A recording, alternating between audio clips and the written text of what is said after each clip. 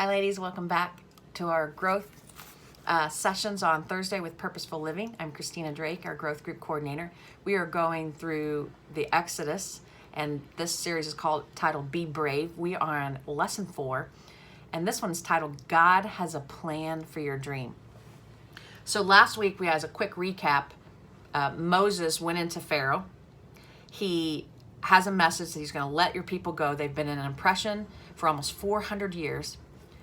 And he says, because of a strong hand, the Lord is, watch me now. I'm going to let them go. See my signs, see my wonders. I'm going to take care of this, Moses. And he says, as a strong hand, he'll drive them out from the land. So now the Lord's saying, watch me now. I'm going to take care of this. And so last session, we talked about how Moses went to the people. And he went to the Pharaoh and said, let my people go. Pharaoh made it harder on him. The people were like, this is ridiculous. You were supposed to help. Now you've made it worse. Now our slavery, our bondage, making bricks with no straw, even tougher than before. And so, but the Lord told Moses these things in Exodus chapter 6, verse 6. And he said, tell the Israelites, I'm the Lord.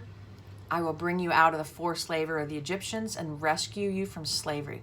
I will redeem you with an outstretched arm and great acts of judgment. I will take you as my people. I will be your God. You will know that I am the Lord your God. You will know that I am He. Without it, there'll be no doubting. And that I have brought you out of the forced slavery of the Egyptians. There won't be any shadow of the doubt in your mind that it was me that was here helping you. He said, I will bring you into the land that I told you about, this land of abundance, and I'll give it to you as a possession because I am the Lord. I'm God. So Moses told this to the Israelites, and did they believe? Were they excited? No. He said, but they did not listen to him because of their broken spirit and hard labor. And sometimes, ladies, we can't even see the next step because of the brokenness of our situation. And we've been in it for so long. We've had a dream. The Israelites had a dream to be free. 400 years. Not just they've had a dream for 1 year or 2 years, 5 years, or 30 years. It was their parents' dream and their grandparents' dream. Through the generations, they've had this dream to be free. And they just couldn't see that. But the Lord, even in their broken spirit, sent someone to help. And that was Moses. Moses had his own personal doubts about his abilities. Now the people doubt him at all. But the Lord, as we started out today, He has a plan for our dream. And sometimes we think about our dream, ladies. Have we had a dream in our heart that hasn't come to pass? That we've just buried it down so deep because we don't think it's possible. And maybe it's 5 years, 10 years. Some ladies have been waiting on dreams for 30 years. 30 years they have a dream that they know that the Lord spoke to them, but they haven't seen it. And so in Exodus chapter 7, God has a plan regardless of the age. Moses and Aaron, were they young? Absolutely not. In verse 6, it said that Moses was 80 years old and his brother Aaron was 83. God doesn't care about age. He has a plan. And this plan involved Moses and Aaron in their 80s to come help save the people. So we'll see as we go through basically Exodus chapter 7 through 10. It's the plagues. We turned water into blood. And at this time, Pharaoh said, okay, I'll get my magicians to do this. And they were able to replicate it. So Pharaoh was like, get out of here, Moses and Aaron. This is ridiculous. We can do the same thing. Then he sent frogs all over the land. Lice, swarms of flies. And then when they got to the lice, finally the magicians were like, this is the finger of God. And Exodus chapter 8, verse 16 said, this is the finger of God, the magicians of the Pharaoh said. But Pharaoh's heart was hard, and he would not listen to him, just as the Lord said. Then they sent swarms of flies. The livestock dies. But each time the Pharaoh comes back and says, okay, I'll let your people go. But then God releases the plague, and then it comes back, and Pharaoh hardens his heart, and he doesn't let the people go. Then the livestock dies. But none of these plagues come on the Israelite people, just the Egyptians. That's the power of God. He can separate this, the plagues, even in the same land. Then the boils, I would be done. You're messing with my skin, I'm out. He sent boils, but the Lord hardened Pharaoh's heart, and he did not listen to them about letting them go. just as the Lord had told him. Because this is the point in the story where it says, without a doubt, you are going to know that I delivered you out of this bondage. Without a doubt, I'm going to take you this place where you're struggling and you have a dream. I'm going to take you out. I'm going to deliver you. It is going to be by my power and my strength. So we can't boast in it of ourselves. And we can't say it's just a casual happening. It just happened to me. He said, you will know. And this is what he's going through. And then in Exodus chapter 9, there was hail. There was locusts that ate up everything in the land, but only on the Egyptian side, not on the Israelites. Then sometimes the darkness, and this piece is interesting in Exodus chapter 10, there's darkness so thick you could feel it on the Egyptian side.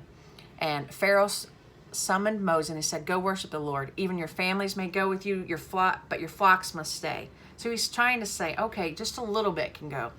But then the Lord hardened Pharaoh's heart, and he was unwilling to let them go. And in verse 28 of Exodus chapter 10, he said, Pharaoh said to him, leave me. Make sure you never see my face again. For on that day you see my face, you'll die. He's like, I'm done with you, Moses and Aaron. Get out. If I ever see you again, I'm going to kill you. So in this time of darkness across the land, Moses not only he's got the doubt of the people, he's sometimes doubting his own ability to speak. And now the Pharaoh, of all the things that he's done, turned back from letting the people go. He said, don't come and see me again, because I'm going to kill you. Have you ever been in a spot where you're trying to stand so strong in what God is telling you that someone says, if you do it, I'm going to kill you? I personally haven't, but that's what Moses was up against. The final plague was about the firstborn dies. But there was very important instructions that the Lord said, I'm not going to take the Israelites' children. When the death angel comes and takes the firstborn, I want you to put blood over your doorpost. And that's going to be the note or the sign to the angel that comes by and will pass over your house. And so this is the instructions of the Passover, because it passed, the curse or the death passed over the Israelite families, but to the Egyptians, the death angel took the firstborn. Finally, there's such grief and distress that the Egyptians said, send them out, get them out of here. So they didn't even have time to let the bread rise. So they had no yeast. They gave that to the Israelites. They gave them all of their treasures, their jewelry, anything that they needed. And they said, just get out of here. So they sent them out. And it was such an amazing thing. Like, we are out of oppression. We are leaving. I can't imagine. And it happened so quickly. Sometimes we sit and we're like, how long is this suffering going to last? I have a dream. It's never going to come to pass. And then in a moment, God says, this is the time. You are out. I'm sending you out. This is the exact plan that I have you. This is the time. This is the moment. This is the preparation. You know it's me. I'm sending you out. But God has such a plan for us. He knew when they came, the route out of Exodus, it was a plan. And he said in Exodus chapter 13, verse 17, the route was even planned. He said, when the Pharaoh let the people go, he said that I'm not going to lead the people along the land of the Philistines, which mostly, you know, that story is a land of giants. They're warriors. He said, even though it was nearby, the people will change their minds and return to Egypt if they face war. So he led the people toward the Red Sea along the road of wilderness. And the interesting piece here is the Red Sea. God went before them. He had a plan for them. He said when I send you out, you're just going to have to watch. And I'm going to take care of you on the front side. I'm going to take care of you on behind. And so on Exodus chapter 14, he said, tell the Israelites to turn back and camp by the sea. Why would God do that? They were trapped in by the Red Sea. And at this time, one last thing, the Lord hardened the Pharaoh's heart, and he pursued them. He took 600 of the best chariots to come and pursue them, to kill the people. And it looked like they were trapped next to the Red Sea. And as Pharaoh approached, and the Israelites looked up, and there were the Egyptians coming after them. God, what are you doing? Did you bring us out just to stand and be trapped next to the Red Sea and be killed by Pharaoh. Even Moses, like, what are we going to do? He says, is it because there are no graves in Egypt that you've taken us out here to die in the wilderness? Even the leader is shaken. And this is what the Lord said. Moses, stretch out your hand over the sea, that the water may come back on the Egyptians. So what he had done overnight is he walled up the Red Sea. On the left and the right, there's a giant seawall, and he led the people through on dry land. But then, when the Egyptians came to, he closed the sea back over him. That was the end. That was the very end. Broken off forever, the oppression from the Egyptians. But the Israelites had walked through the sea on dry land with the waters like a wall to them on the right hand and to the left. And it's very interesting. And I say that word a lot, interesting, because God's words are just so full of nuggets. But in Jeremiah 6:16, it says, stand by the roadways and look. Ask for the ancient paths, which is the way to what is good. Take it and find rest for your souls, because the path, this dream that God is going to help, that is birthed in you, that he's going to continue, that he's going to bring you into, there's a good way to approach that. And he's going to lead you. And he said, this is going to be a way of rest and peace. When you're walking in what God has for you, no matter how difficult, God's going to provide a rest for you. There's no striving. And basically what the Lord says is just stand and watch. Stand and watch and see my goodness. In Exodus chapter 14, but Moses said to the people, don't be afraid. Stand firm and see the Lord's salvation and what he will accomplish for you today. For the Egyptians you see today, you will never see them again. The Lord will fight for you, and you just must be quiet. Sometimes in our battles, they're not our battles to fight. He's just saying, stand firm and see. Just like in Jeremiah 6:16, it says, stand in the roadways and see. Stand in the roadways and look.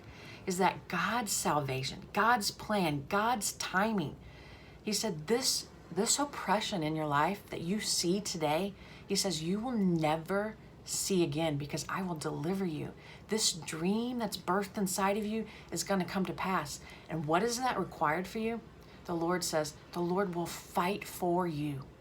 All you have to do is be still, be quiet, feel God's rest. And that's hard for us to do, because we want to fix this on our own. But the Lord will send people, and he says, this is the way, walk in it. But he says one thing, don't turn to the left hand or to the right. Why is that? Because when God has a plan for you, a path for you, when he was walking through, the Israelites were walking through the Red Sea, what was on the right or the left? Destruction.